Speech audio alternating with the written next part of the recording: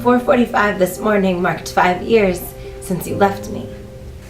5 fingers formed fists, punched pillows, relived every memory, tried to create new ones, cried because I can't create new ones. I miss you. It's December 1st, and it has been 5 years since I smiled the way I used to. Standing next to you, playing piano with me, singing soprano. We were this unstoppable duo, but now I only sing with the radio.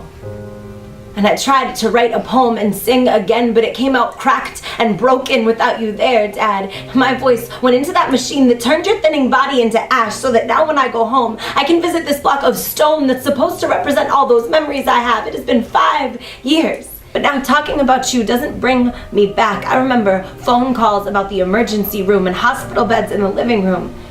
I miss you, waiting there outside of my school, picking me up and taking me to dance.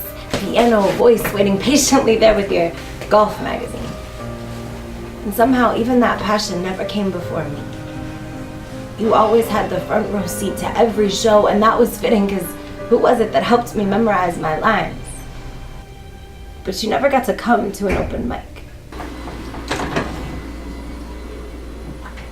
Since I never performed a poem for you, I like to pretend you're there when I memorize those too, but this time it's harder to memorize because I smile, I laugh, and then I cry. 5 years. 5 years I've been trying to put words on a page to capture those moments, but the missing comes in waves, and there's an anger that seems to always stay. So how do I stop myself from yelling into my computer screen, throwing my notebook across the room, stabbing my pen into my chest for wanting you? How do I open up these wounds?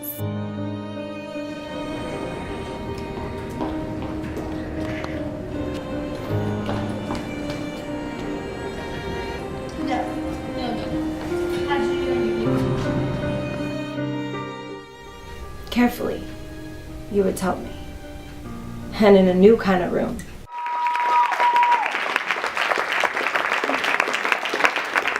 Not a hospital or a hospice, but at an open mic kind of like this, where I can struggle through waves of missing and yell through storms of anger, but be cradled by the words of strangers. This is how I want to remember.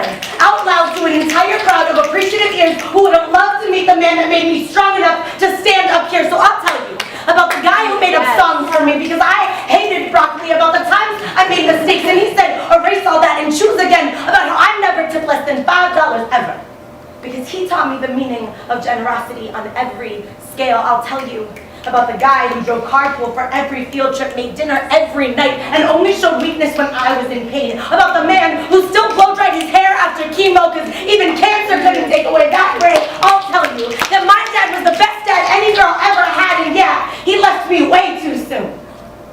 But someone somewhere needed him. I have to believe that's true. So Dad, wherever you are, know that I am doing a little bit better now. And I took some time tonight to tell these people all about you.